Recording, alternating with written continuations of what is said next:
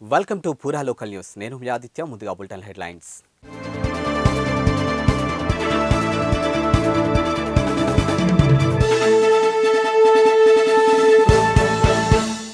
గుంటూరు జిల్లాలోని 14వ జాతీయ ఓటర్ల దినోత్సవ కార్యక్రమం జరిగింది. ఇందులో భాగంగా ఏర్పాటు చేసినటువంటి అవగాహన ర్యాలీని ప్రచార వాహనాన్ని జెండా ఊపి జిల్లా కలెక్టర్ వేణుగోపాల్ రెడ్డి ప్రారంభించారు. ఇక ప్రజలకు ఓటు ప్రాధాన్యత, ఈవీఎంలపై అవగాహన కల్పించారు. ఇక 18 సంవత్సరాలు నిండినటువంటి ప్రతి ఒక్కరూ ఓటు హక్కును కల్పించడం జరుగుతుందని ఆయన తెలిపారు. ఓటరు నమోదుకు కులం, మతం, లింగం భేదం లేదని అన్నారు. ఇక ప్రజాస్వామ్యంలో ఓటుకు ఉన్నటువంటి ప్రాధాన్యతను తెలియజేశారని పేర్కొన్నారు.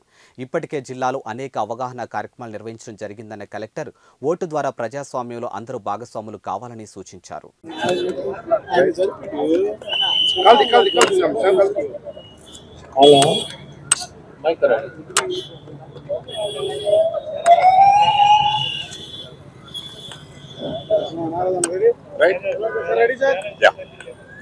పద్నాలుగవ జాతీయ ఓటర్ల దినోత్సవాన్ని పురస్కరించుకొని ఎలక్షన్ కమిషన్ ఆదేశాల మేరకు ఈరోజు జిల్లాలో బూత్ స్థాయి నుండి అసెంబ్లీ నియోజకవర్గ స్థాయి నుండి జిల్లా స్థాయి వరకు అనేక రకాలైనటువంటి కార్యక్రమాలు చేపట్టడం జరిగింది.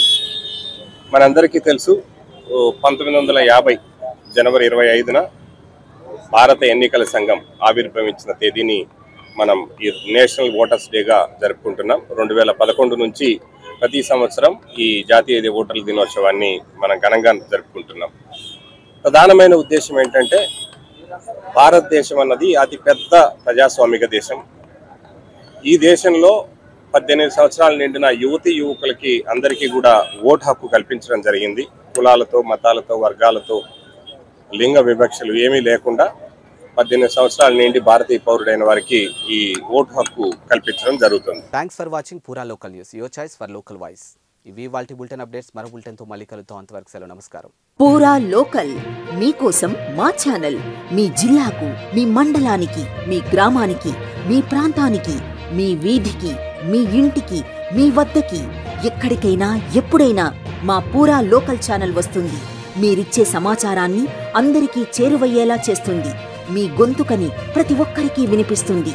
మీకు ఎల్లప్పుడూ అందుబాటులో ఉంటుంది మా పూరా local. Your choice for local voice. పూరా లోకల్.